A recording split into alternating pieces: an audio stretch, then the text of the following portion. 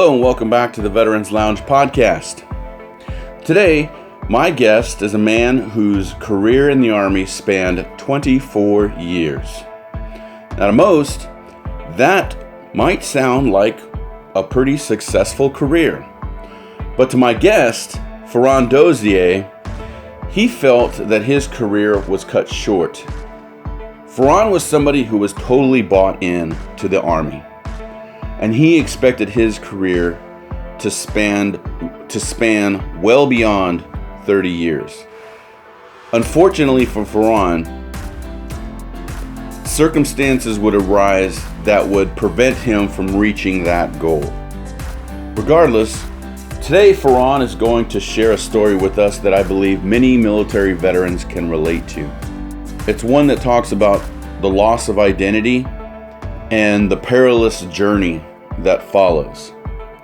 Farron's going to talk about how he dealt with those feelings and those emotions and those thoughts.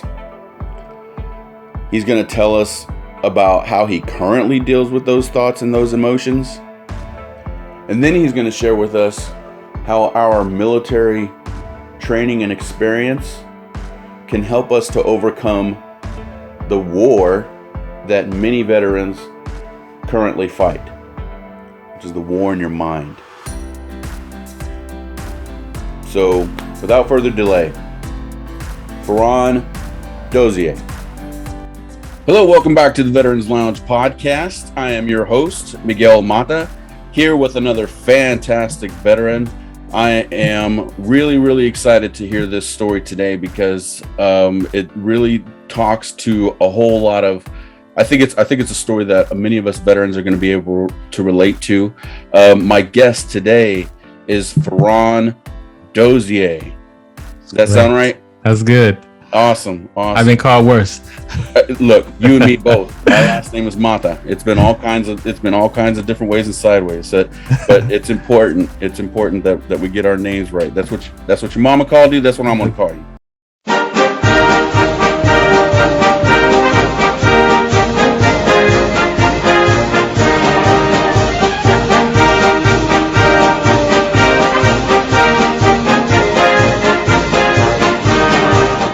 Yeah, thank you. Okay, thank you very much, Farron, for being on the podcast today. No problem, man. Thank you. Can you hear me okay? I can. Okay. Yeah, greatly appreciate you being on the podcast today. I tell you what, you've got a fantastic story, so interesting, so compelling, so much that we can learn from it. You were in the Army. Yes. Okay. And I know it's a little ways back. I love to hear the stories of why people join the service, right? Yeah. Do you mind sharing that with us? Not at all. What made you join? So I remember being in junior high school and you have the ROTC program. I was never in that. But as I got to graduating high school, my uncle, who's a few years older than me, was in the Air Force Reserve. And so I remember seeing him in his blue slacks and the light blue shirt and the hat and all of that. And so one day he asked me, what are you going to do when you get out of high school? And I wasn't sure. And so he was like, well, you could try the reserves. He's like, if you do the reserves and you like it, you could always transfer and go full time. But if you go full time first and you don't like it, you'll be stuck for that contract. If it's 4 years or 6 years, whatever. And so when he put it to me like that, I was like, yeah, okay, I'll check it out.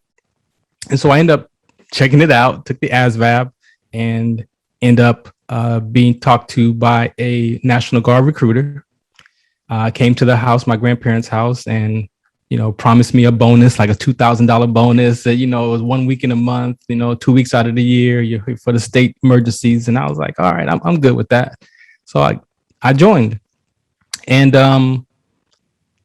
that transition to basic training pretty much. I would say probably about the third week of basic training. I remember we had got done with some maneuvers and I was laying on my bunk, like, what am I doing here? Right. And I remember my uncle had told me, you're going to have to shoot a weapon. These are questions I didn't ask. No, I didn't ask anybody. My uncle was like, you got to shoot a weapon. You got to take exercise tests. So make sure you start working now. So I remember exercising and stuff kind of going to the tracks and stuff to kind of get my cardio up. But that day on that bunk, man, after we got done with that weapon and crawling through the dirt and the sand, it was like, what am I? And I was at Fort Jackson. So they got red clay, like that's not mud, it's clay. So I was like, what am I doing here? And I kid you not, I could tell you that's where my brain clicked over. And I was no longer a little 19-year-old kid. I became a soldier that morning. That's pretty cool. Just out of curiosity, what year was that? 1989. It was a good year. I was 19, baby. So that was the moment that you remember that you turned the key on your being a soldier. Yeah, it was on. So what did you do while you were in service? So I started on that. Now check this. I started out as a medic, is what I signed up for. I was at Fort Sam Houston. The last 2 weeks of the AIT, and I'm playing football for the company that I was in. And I went out for a pass. We were playing against another unit there. And I went out for this pass, and I went to stretch out to catch the ball. And me and the guy tripped up, whatever, and I hit my head on the ground. And so I started having headaches, and I just could not focus. I was, like I said, I was pretty bad shape, minor concussion, I guess you could say. And so I got recycled, and then I got recycled again. They give you 2 shots, and I just couldn't. My brain was I was out of it. So they called my unit, and it was like, hey, we got to find him another job skill, or we're going to have to send him home. And so my unit says, hey, we got a field handler truck driver position. You know, you'll be in transportation company, driving vehicles. You know, you okay with that? I'm like, well, when is that? I think that was more like March or so. So it gave me some time to kind of heal whatever I was dealing with. So I was like, yeah, I'll take that. Like, I didn't want to come home. So I'm like, yeah, I'll take that. So they picked that school for me at Fort Lee, Virginia. So I remember staying over in Fort Sam Houston over the holidays, and then ended up going to Fort Lee for the POL school. So I did that, and then I came back. And during that time, I was with the infantry company in Inglewood, California, and I liked it. I mean, my uncle was correct. Like I was a soldier. Like I did it. Like everything was fine. And so one day I was like, I think I want to do this full time. And so I did my research, and I crossed over to become full time. I became a supply clerk, but I was in charge of the supply system, and I was an S4 clerk. Like I was a dual job for that company. And so I ended up doing that. And then I got promoted. I got asked to transfer to maintenance company. And so I had to go to maintenance school to be a track vehicle repair, because that was a MOS for that job. And so I transferred over. And so I had 3 MOSs: supply, track vehicle repair, and fuel handler truck driver. I enjoy the truck driving too. Wow. Man. 3 MOSs. 3 MOSs. Man, that's crazy. Is that pretty common in the Army to get multiple MOSs? It just depends on how. Okay, so regardless, you've got 3 MOSs. You're now highly trained individual. You're completely bought into the Army. Oh, yeah. Is it, yeah. Okay, so you were ate up, if you will, right? I was in. So okay, so how long were you in? 24 years total service. Ooh, so you were totally bought in. Yeah. You were totally bought in. Man, I'll tell you what, that's cool. That's cool. Unfortunately, though, it doesn't have such a happy ending. Your career doesn't have such a happy ending. Can you tell us a little bit about that? Yeah. So, I want to say I made that long career haul at 25. I don't know what it is about 25, because my daughters were in that same space. About at 25, I gotta move out. I gotta do all these things. And so I remember me being 25, like, okay, am I gonna do this for the rest of my life? Because I had people tell me, if you make it to 12 years, then you might as well stay. So you want to pull the plug somewhere between 10 and 12 years, because if you could do that long, the last 8 is cakewalk. So I was like, okay. So at some point I was like, okay, and I know I was 25. I was like, okay, am I gonna stay, or am I gonna get out? And I said, nah, I'm gonna stay. So that was my decision at 25 to whatever I was going to go through. I was going to make it work. And so that last, let's see, I was E7. I made E7 during my deployment, and then I was ready to get on the E8 list. So they called it ANOC back then in 2006. So I signed up. I went to ANOC, and it was a normal exercise morning. I got up and do the push-ups, the sit-ups, and the 2-mile run. And so I was out on the track that morning. It was like 5:30 in the morning or whatever. And I did the push-ups, sit-ups, and then I'm out doing the laps for the 2-mile run. And so I was 36 at the time. And so I had 17:21 to pass. So I'm out. I'm coming around the last curve, and I hear my instructor 15:45, 15:46, and I'm like, "Ooh, I'm good."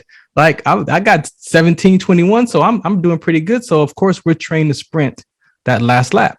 So my subconscious mind kicks in, and I can remember saying, let's get this run over with so we can get some rest. And I kick in that gear to take off and sprint. And I did, after I look back, I did feel like a electrical charge, like this buzz sensation come over my body, but I didn't think anything of it, so I took off, sprinted. 16 minutes was my time. So, I was proud of that. Put my hands over my head to get air in my lungs, all the stuff that we're trained to do, when you complete that fitness test. But all of a sudden my peripheral started getting dark, and I'm like, man, I don't feel well. And I just kind of feeling nauseated. And I put my knee down and was like, and as my peripheral got dark, I'm like, all right, I'm out. So I laid down on the ground and closed my eyes because everything started to spin like 1,000,000 miles an hour.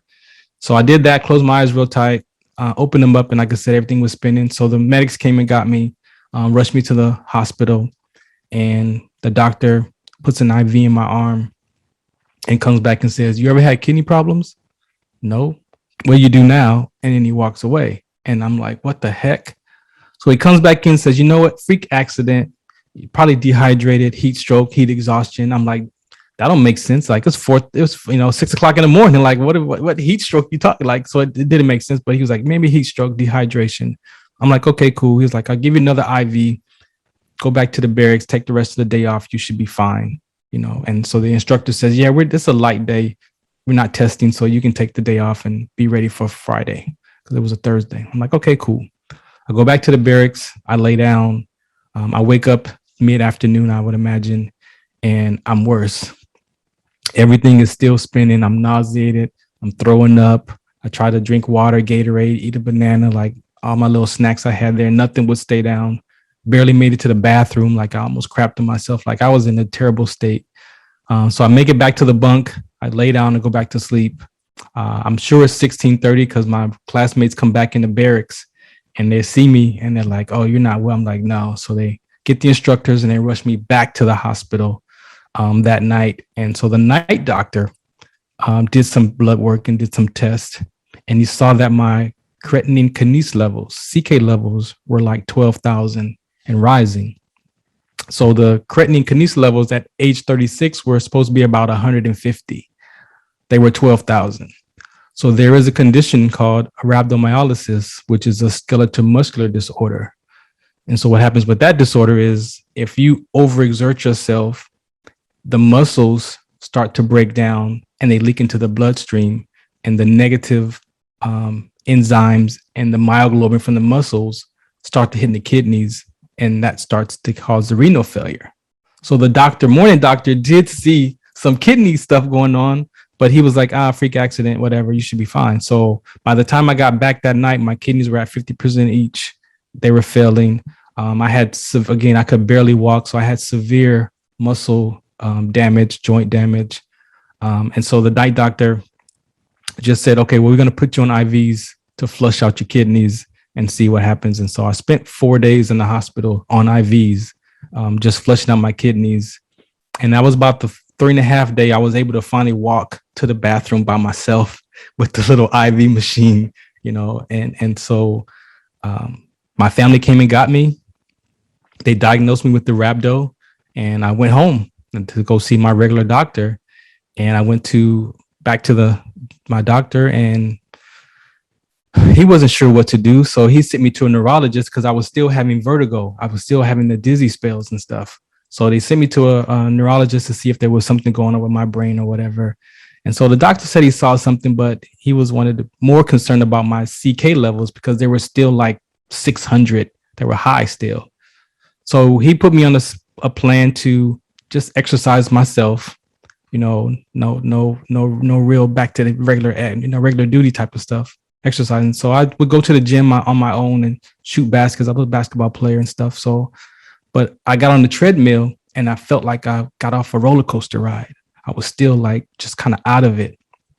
So we went through that for like 2.5 years, from 2006 until 2009. And the doctor was like, you know what? You just can't run anymore. And I'm like, all right, I'm cool with that.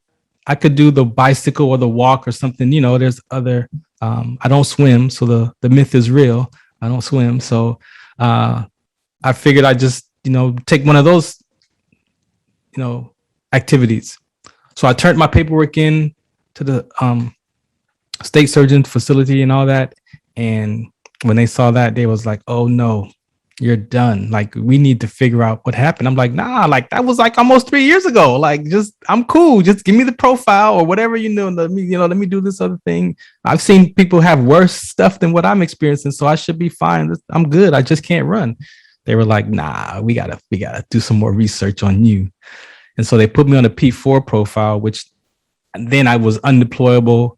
I couldn't carry a weapon. Like I couldn't do anything. I could just wear my Once uniform. it messes with readiness, you oh yeah, my red, yeah, buddy. On the list. Yes. So that was not my downfall. but you get if it messes with readiness, yes, it's like they got yeah. Yes. So that was what got me. And so I remember after they told me all that and gave me the profile, I remember this email came in and it had, of course, my name on it and my soldier's name. So of course I'm going to look at my name and see what my status is. And it had pending discharge next to my name. And I could tell you, as I sorted through my, after I started kind of getting in a better space, I started to look at like what happened. And I remember reading that email and I remember saying to myself, man, my life is over. Like I'm like, and nobody talked to me. Like, wait a minute, somebody's supposed to, and then I'm supposed to go to some kind of board or something. Like, why would it say pending discharge and nobody's done no like I haven't talked to anybody. So right away I replied and I called that person who sent that email. I said, hey, my name has pending discharge next to it. What's up with that? They were like, oh, that's a mistake. You got to go through a board and blah, blah, blah. And I'm like, all right, okay, I'm cool. But I had already read it. I had already downloaded it in my heart. So now can you imagine being at work and that phone rings and I'm like, is this the call that's going to end my career? And so I became like a zombie at work, like the stress. So now I'm not only dealing with my physical pain, but now I'm dealing with my mental. And I've never had mental issues, like mental toughness. I go to the gym and leave it all on the court. Basketball was my outlet. But when I had that physical injury, I couldn't play basketball anymore. So I had no outlet. I can articulate it to you now, but at the time I had no outlet.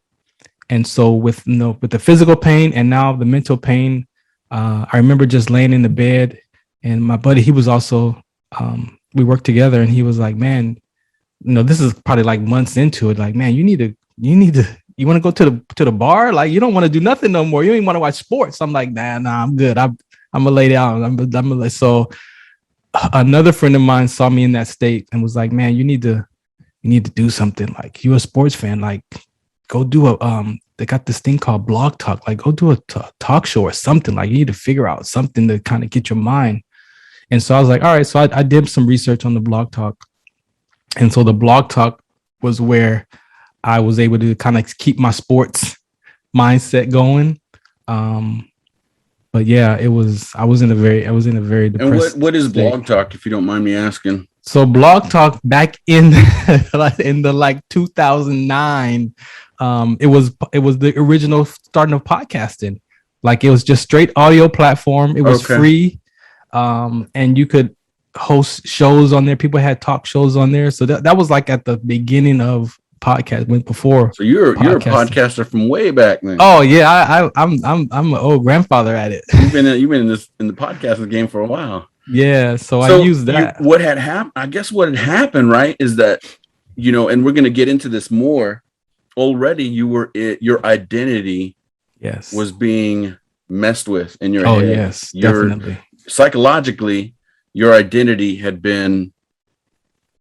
It's not tainted. I'm not going to be tainted, but it was being challenged. Yeah, your identity was being challenged. So when you say that, then that again, I can articulate that to you now, because when I look back at making it mean my life was over, it was my identity crisis, because I had spent all that time in the service and my identity was in the camouflage. So I don't know who's I don't know, Farron. I'm like, no, I'm Sergeant First Class, and I can tell you when that changed was when I became an E4. I mean, from E4 to E5.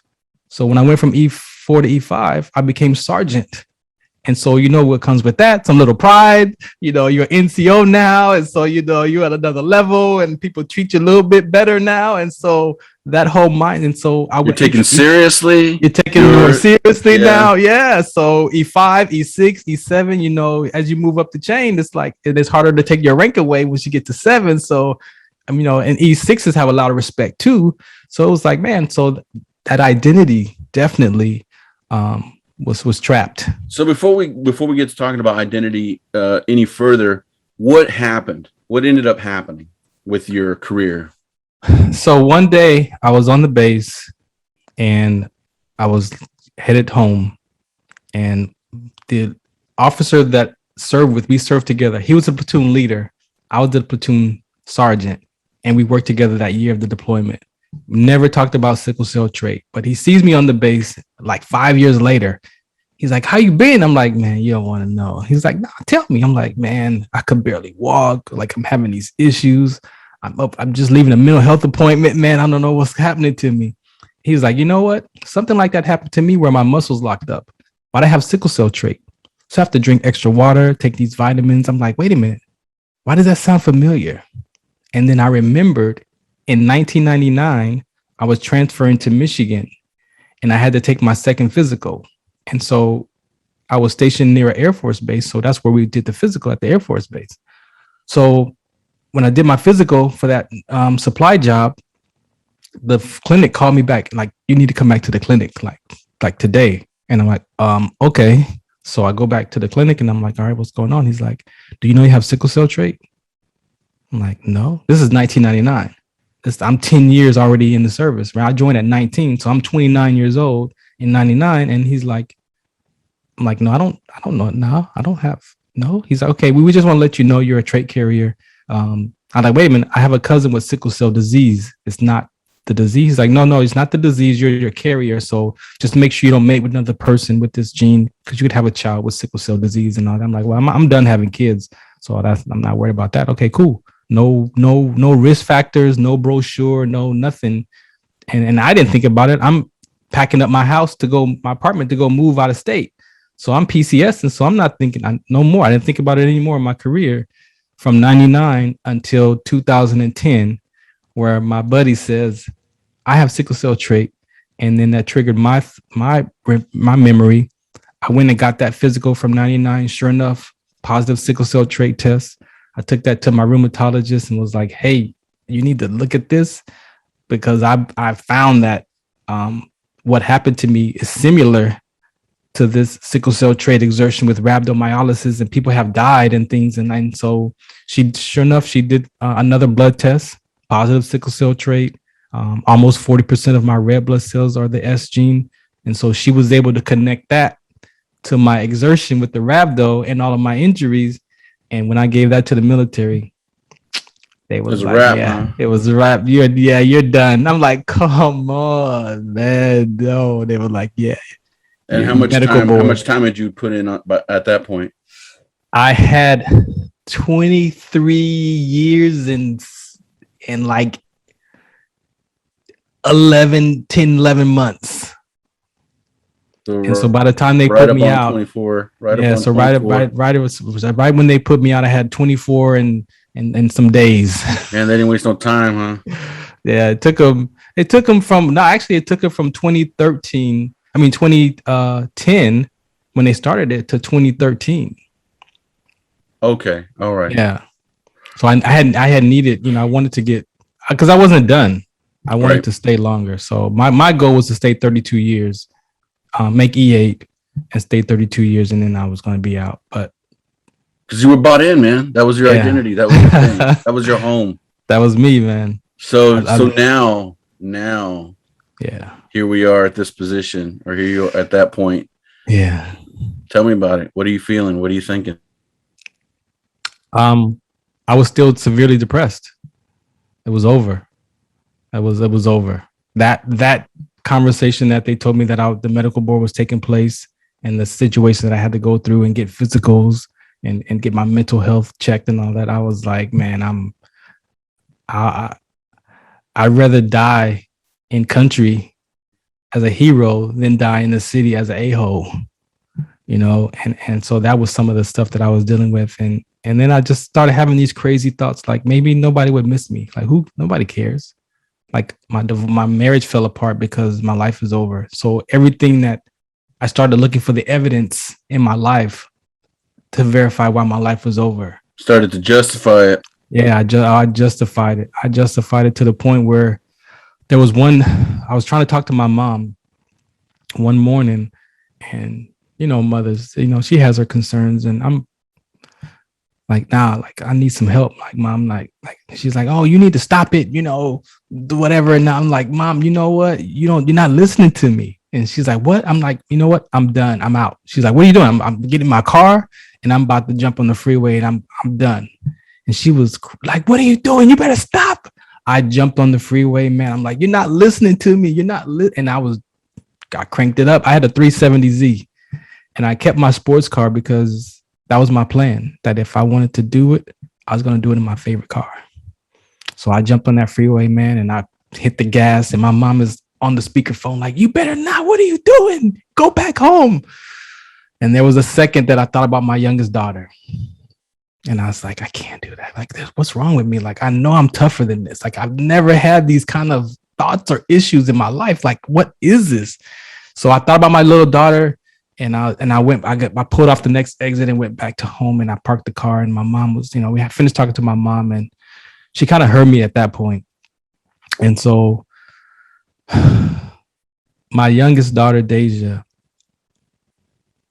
I would put her at the forefront of my thoughts. Like, I can't leave that. I can't leave her like that. So I focused on her, man, emotionally. I focused on her mainly to fight through those ideas of jumping off the roof or driving the car or using my pistol, like all those different things. Like, I had the plan, but I also had a willingness to live still. Like, I know I'm better than this. And so a friend of mine, they saw me in that state in 2010, 2011. And they were like, there's an education that we're taking called landmark education. You should take it. It could help. I'm like, nah, I'm good.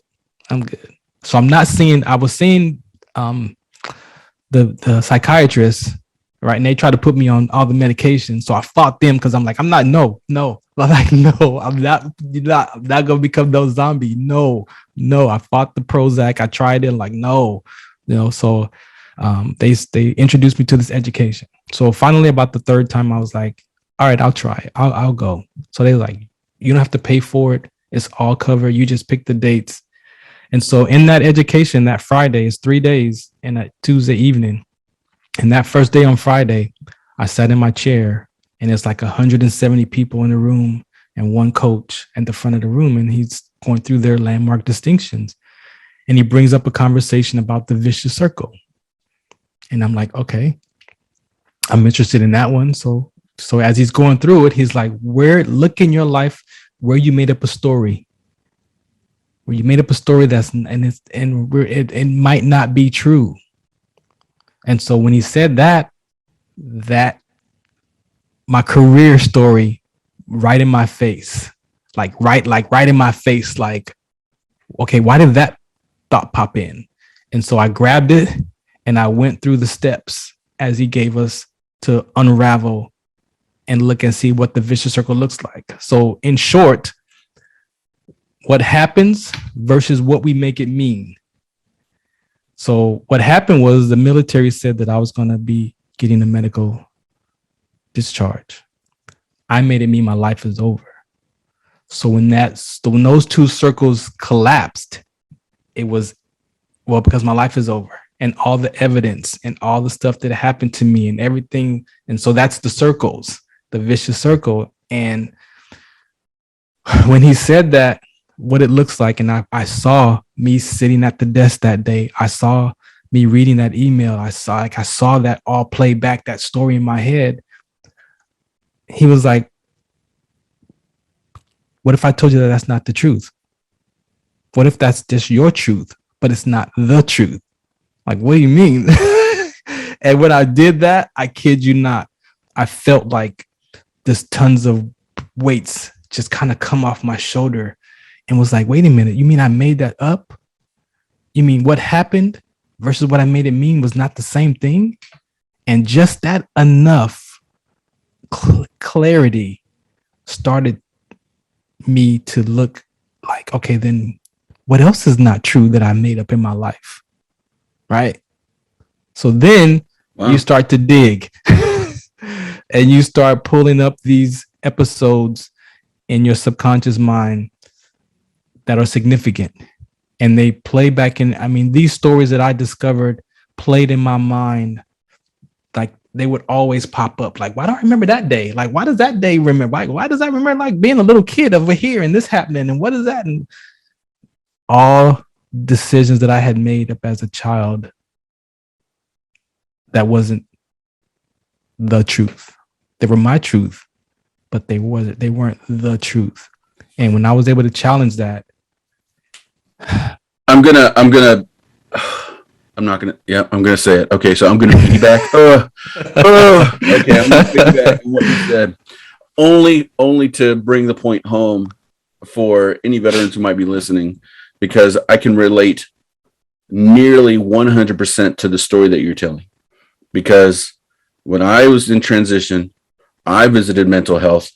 And in my 20 years, it had never even occurred to me to visit the place. But that transition, that loss of identity, that challenge to your identity is so significant because it's a lifestyle. The military is a lifestyle. Yes. You become this person. Yes. And I can remember in my mind, the first time when I really had a problem with it, like you can prepare for the post-military life, but until you experience it in your own way, is when it is you won't be ready for it. But just know that it's going to be okay. But for me, it was I called an office. I called an office on base for something, and I can't remember what it was. And they called me Mr. Mata instead of Sergeant Mata, and I had been Sergeant Mata for so many years, and it like hit me different. I was like, like I wanted to correct the dude, but I was like, nah, man, that's like, I'm not that guy anymore. My wife actually helped me out a little bit by saying, because I was talking to her about it, and she said, you'll always be that guy, but you're not just that guy. You're all kinds of, you're all kinds of other things. And if there's anything that I could impart on veterans who might be dealing with that similar situation where you just feel like this is who you are, and then there is nothing after. I can tell you that it's not true. It takes time, and it will be okay. And it helps if you find something like you're about to share with us that you can invest your energy into, that you are passionate about. Because I'm doing this right now, you're doing what you do, and I'm going to get real and comment on this one thing too by saying, and I heard this from another guy that was talking on TV, when he said something like he had suicidal thoughts because it just made sense. It just made sense that following the end of his military career, it just made sense to die. Like that was it. Life was over. I had that same feeling. Yeah. It just made sense that was it. That was it. That was the end of life. It just made sense. And it's just, you don't, and for me personally, you don't think about who's going to be impacted by it. You don't think about, what comes after. You just know that is the end, and it makes sense. And like you said, because we bought in. I bought in at 19. I bought in at 19. At 19, I retired medically at 43. I bought in when I realized, I told you, when my brain clicked, I realized these guys are teaching me how I'm going to survive. They're teaching me, these are tactical skills. Like and they would tell you, I don't care where your wife is at. You don't daydream about where your girlfriend is at. You don't daydream about your wife, because if you just that 1 second of you on the battlefield daydreaming about missing your girlfriend or missing your wife, that you can get your whole squad killed just by day. And I was like, oh my gosh. So when you buy in, it was like my family didn't know like what I did. and I kept them separate from it. Not as a good thing, but it was definitely a factor at 19 and believing those principles and the objectification. And that's what I learned just recently about the mentality of us as veterans, but not just us as veterans, but as a human being, that we objectify. And when you objectify people, it disconnects you from that human connection.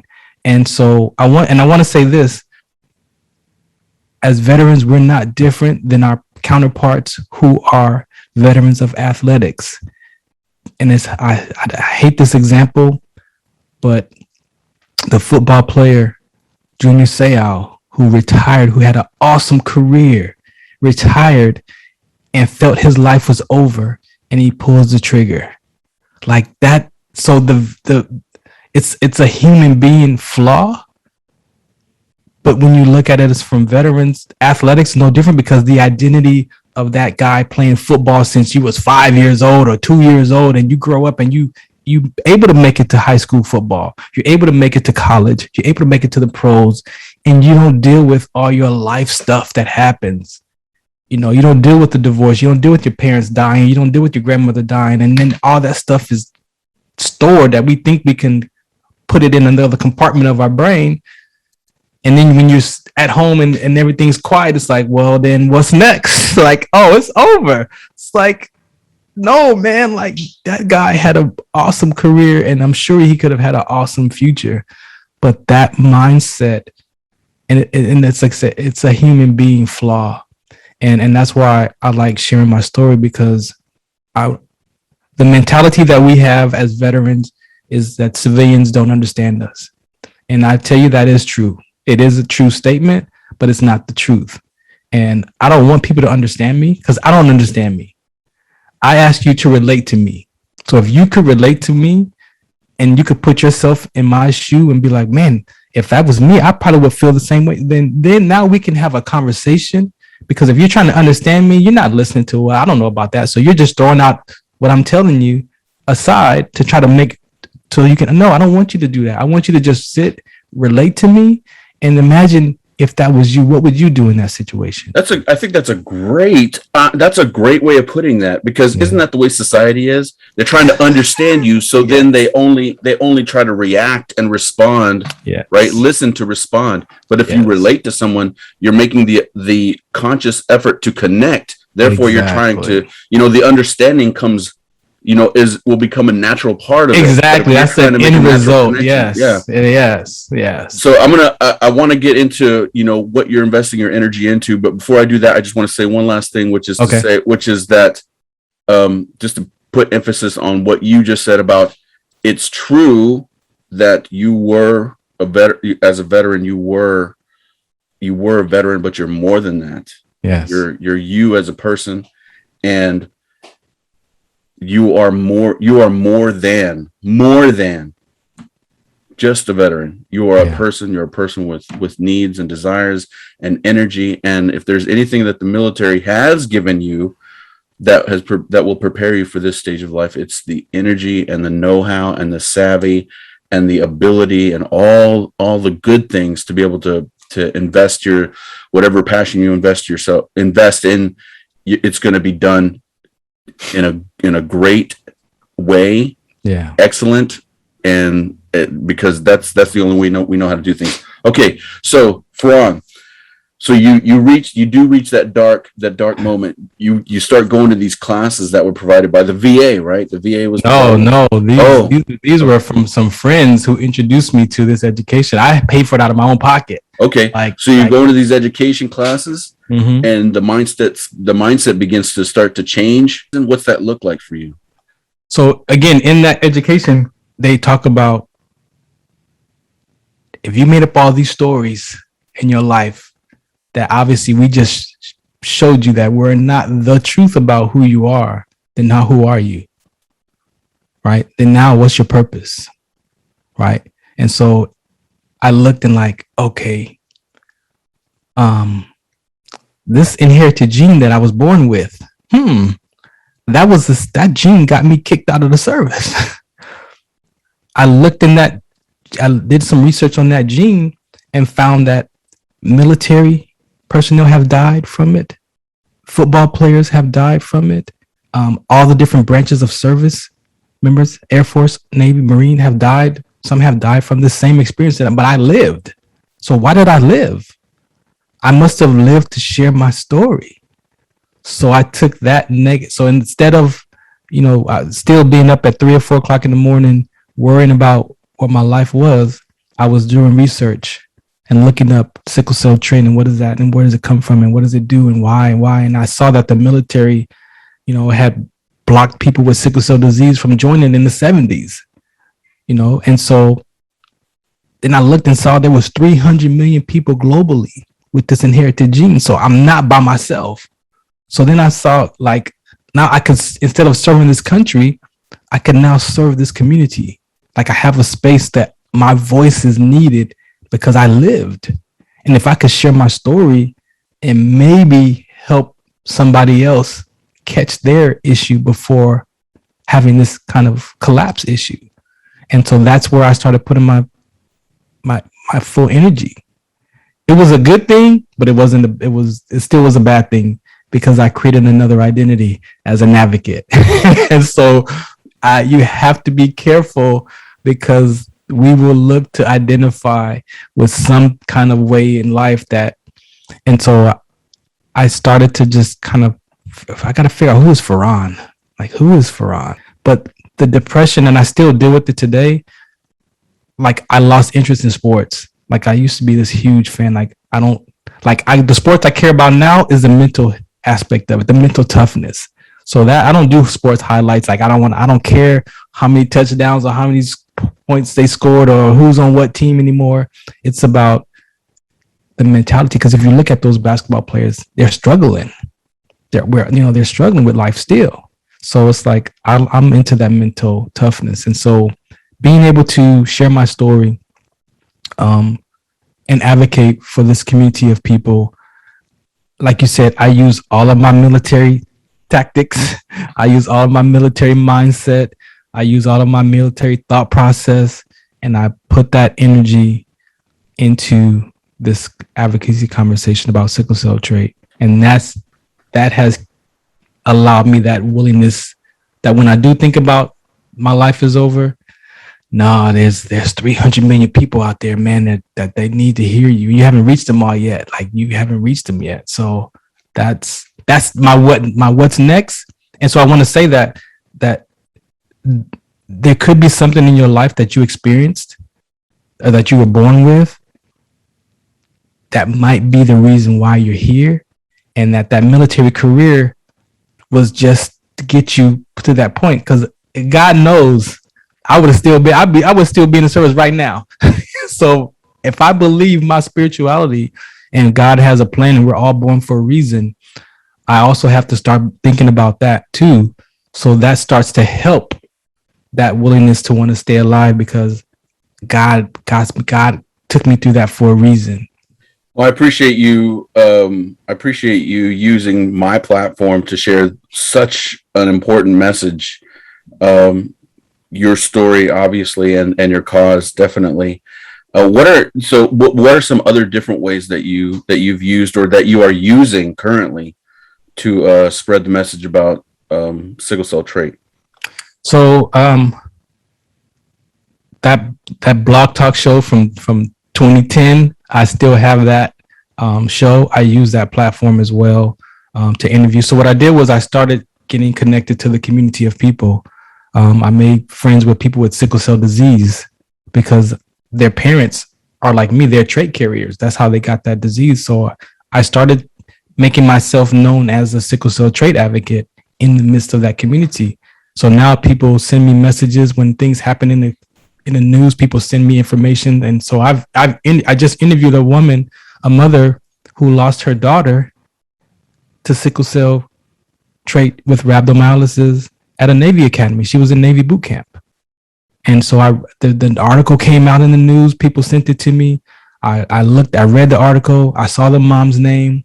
I did my research. I found her on Facebook. I found, and I just sent her messages like, hey, this is who I am. I experienced this. If this is what happened with your family, I'm willing to help. If I can help you find answers or get questions or to ask the military or whatever. And so took her about a week or so. She responded, and I gave her information. And then that was probably about a year, almost 2 years ago. And she agreed finally last week, and she came on my other talk show to share. What's the name of your talk show? So my talk show currently is the Farron Dozier Show. It's a music marks your place in time, the soundtrack to your life. So I use that to take the music of the person's life, the soundtrack to their life, and we tell their story connected to the music. So the mom played songs that reminded her of her daughter and, her life like that. And so very, very emotional and touching. So we're going a little long, and I may have to split up this into 2 episodes maybe, but I tell you, I do really, really appreciate you sharing so much of yourself. There's still like one more thing I want to get into because you talked about in our little pre-episode, in our pre-interview, and which is you found a mentor in that process, right? And I was wondering if you could tell us a little bit about him. So during this journey, what I did, I also created a show called Trench Talk. And that was my other therapy that kept me connected to the military. So I would start interviewing other soldiers from, they say the Vietnam era, they don't share their stories, but I was able to get some stories out of some Vietnam veterans. I was able to meet some Desert Storm vets. So I went through just people who I met who had served. And so at this one particular day, I was at a veteran home, and my friend had invited me. I was doing a sports show, and she invited me to interview the basketball player that was on our show. His grandfather is a World War II veteran. So she was like, Farron, we're going to the house. Like, you should come, and interview him. I was like, all right, I'll go. So I went, and I walk in, I introduce myself, of course. And then so I do the interview with him. And now my mentor now, Caldwell Williams, I remember seeing him there. And so when I got done with the interview, he was like, hey, can I talk to you? I'm like, yeah, sure. And so it's like, I'm Caldwell Williams, I'm an educator. This is what I used to do. I'm coming out of retirement. I have a program and curriculum that helps interrupt veteran suicide.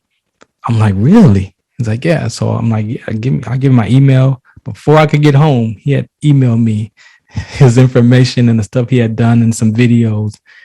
And I was like, what is this? Like, this is my life. Like, you're doing exactly what I just been through and what I'm dealing with. And so he's like, well, come and take my class. So I went out, I sat with him for 2 days. I took his curriculum, and I learned some more stuff about myself from his dialogue skills and how to talk and how to listen, right? The key is how to listen, and how to listen without judgment, how to listen without defending, like puts you in a whole different space. And I was like, wow. So he's 87 today, and his wife passed away from Alzheimer's just last year. And he's like, look, I need to get this out of my system. So you and I have connected. We've been talking for 3 years, And he's like, I want to bring this education back to the community before I die. So I'm like, okay, let's do it. So I have been working with him diligently the last year, trying to get this education in front of superintendents of schools, NBA basketball team owners, actors, like trying to get somebody to listen that says, hey, this education that this man has been doing for 50 plus years. So he's been healing youth since the 1970s, 60s. And it works. It's a simple conversation. It's a principle-based conversation about exclusion and inclusion. And as we talked about,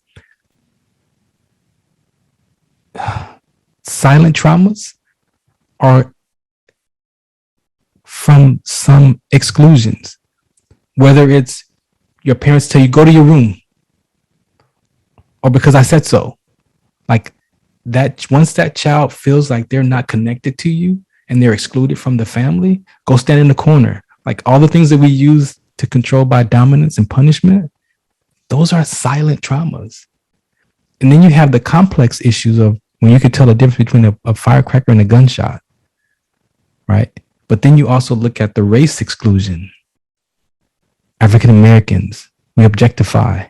Hispanics, like those are silent traumas, emotional silent traumas.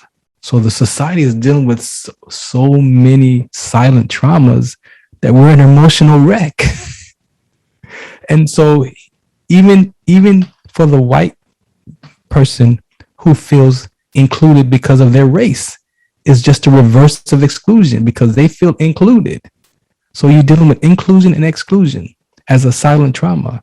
And when you are able to sit and sort through that through your life and through language and realize that that's what's at the core of underneath all your issues. He talks about the guy that put his knee on the neck of George Floyd, that cop. He says, Farron, that cop is hurting. If you look at his background of where he's from, his parents, his ancestors are probably indigent servants.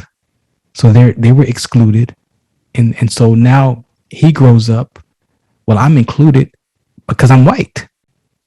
And I'm objectifying you because you're the other, because you're black. So now I'm a cop. So now you're a criminal. You're not a person. Objectification disconnects us from that human connection. So when the cops objectify, like military, we objectify the enemy.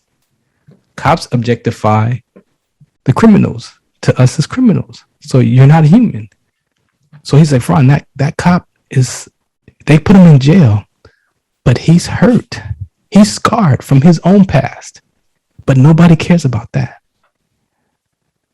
So his education, man, is so phenomenal. And so we're at the point where I've got some videos on my social media and I've had him do some interviews and I've recorded him talking. He's got so much knowledge. And like I said, if you break it down into practical conversation and language, inclusion and exclusion is at the core of our human emotions. And there's so much, you can't concentrate. You can't have integrity if you feel excluded. Like you're not whole and complete. So and you imagine that happens over time. Yep. We're suffering as a race of people. We're suffering. You are talking about, you're going into so much depth and you're scratching the surface of some really deep conversations and some deep philosophical conversation and some deep psychological conversation. Yes.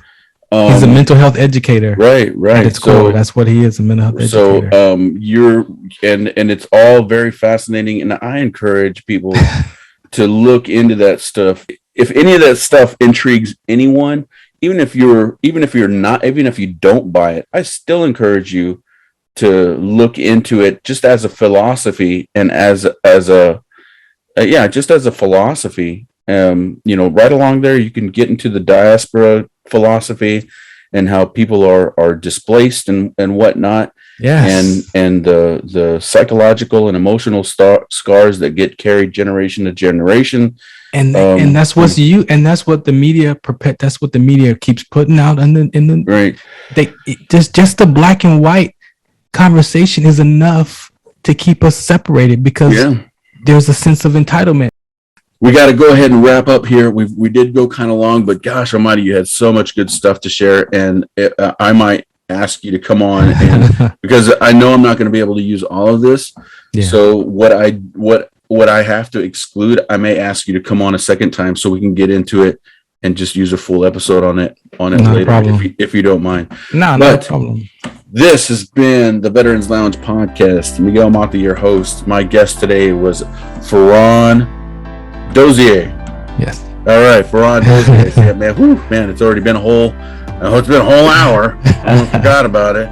But anyway, I really appreciate, Farron, you spending some time with us and sharing so much of your story, and what a great story it was, and what a great story of once again resilience and overcoming that dark place that we can go to, especially when it comes to when we struggle with our identity and having to make that transition into civilian life, and especially under the conditions that you shared where it wasn't on your terms. Yeah. Right. So thank you for sharing what that looked like for you, and that you're doing okay now, right?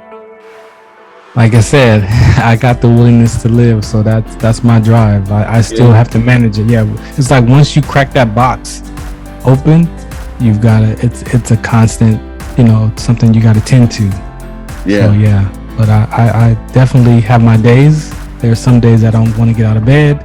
There are some days that I still feel like I live in a pain 7, so it's like my body reminds me. That last piece I'll tell you is you got to have that forgiveness of yourself. Because what I didn't tell you was I was mad at myself for sprinting that day. And if I didn't sprint, I could still be in the service. So I have to forgive myself every day. Remind myself that it's not my fault. You're okay. It's God's plan. You have no control. So that's how I maintain. I tell you, it takes all of it to use everything that I've learned. I pull from my spirituality to the cognitive behavior classes to the landmark education, and then the relatedness that I meet with other veterans like yourself. That I'm not by myself. You are definitely not by yourself. Yeah. You can reach out anytime if you ever feel like you need anything. If I can't help you, I will definitely do my very best to point you in a direction where you can get some help. Even though it sounds like you've got some good help, sometimes you gotta turn another corner. Sometimes you gotta open another door, right? It definitely takes practice. Yeah. Oh, you're so right. You're so right there in that regard. Thanks again for taking your time. Thank you. Sharing some time with us, and I really appreciate you sharing your story with us. You take care. All right, you too. Thank you. I'd like to thank my guest, Farron Dozier, for being on the Veterans Lounge podcast today. His story is so fascinating, and I'm just glad to see another one of our military veterans be successful in dealing with the difficult transitions that we deal with as military members, and I'm glad to see him work his way into a light that is hopeful and that is positive. A huge thanks to you guys as well who tuned in to listen to Farron's story and all the stories I share here on the Veterans Lounge podcast. If you're a veteran currently dealing with the challenges that come with separation from the military, I hope Farron's story and the other stories that we share here, I hope that you were able to gain some knowledge and some information, some perspective, and maybe some direction as to how to proceed in your transition into civilian life, difficult as it may be. If you enjoyed this episode and you're listening to it on podcast form, please share it with your veteran family and friends. Let them know that they can hear it pretty much wherever they get their podcasts. If you're watching it on YouTube, please like the episode, subscribe to the channel, and share it once again with your family and friends, veterans. Share it with everybody, but share it with your veteran friends and family. mostly, right? Particularly. Please comment, share some feedback. Constructive criticism is preferred. However, I recognize that there are some jerks out there who just have to be jerks, and you can put whatever. it's whatever. I'm a big kid. I can take it. But for sure, I'm always looking for feedback. So, comment, leave a comment. Tell me what you guys think. Thank you once again to Farron for being a guest, Mr. Farron Dozier, for being a guest on the podcast. Thank you once again for listening and for watching. You guys take care. God bless. If you would like to be a guest on the Veterans Lounge podcast, go to veteransnexus.org/podcast to learn how. The Veterans Lounge podcast is a project produced in association with the Veterans Nexus Foundation, where they put veterans first and provide opportunities for vets to meet their higher education goals and also find employment as they transition back into civilian life. If you'd like to learn more about Veterans Nexus, visit veteransnexus.org.